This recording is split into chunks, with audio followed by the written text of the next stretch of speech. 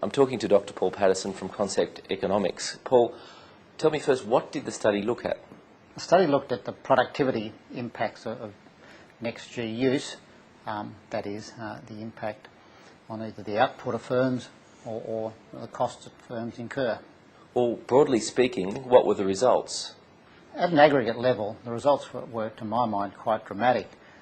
For example, it shows that if NextG continues to be used in the way it is and taken up in the way that Telstra forecasts in the future, it will lift household consumption by about 1%. That is about $250 for every person here in Australia. I mean, 1% doesn't sound a large number, but across Australia it's a big impact. It's a big impact coming through from a particular technology. I mean, we do know that take-up of new technology can have quite dramatic impacts, and here's a case in point. Were there some sectors that stood out more than others?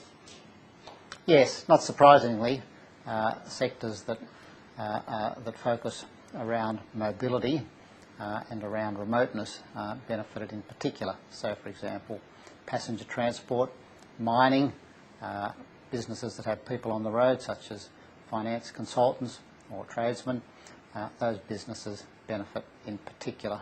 Well, as you surveyed these businesses, was there a particular business that caught your attention? Look, one that interested me in particular was the operations of GrainCorp in southeast Australia. They've used NextG technology to be able to give instantaneous inventory reports around all their storage facilities in southeast Australia. So they can give a report to customers, to their clients, as to where grain can be stored essentially in real time. Tell me, what are the characteristics of NextG that make it stand out from, say, ordinary broadband or ordinary wireless?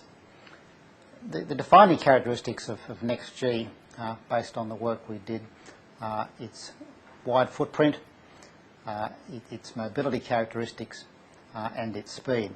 In terms of footprint, that goes to being available in remote areas, but also available offshore.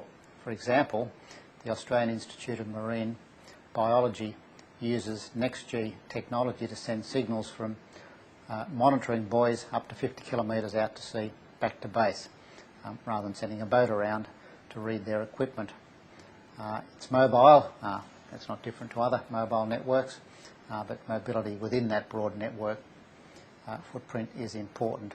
And finally, it's seriously fast. That is, NextG really does deliver high bandwidth to customers, so in applications where large volumes of data need to be sent through, the bandwidth is not a constraint.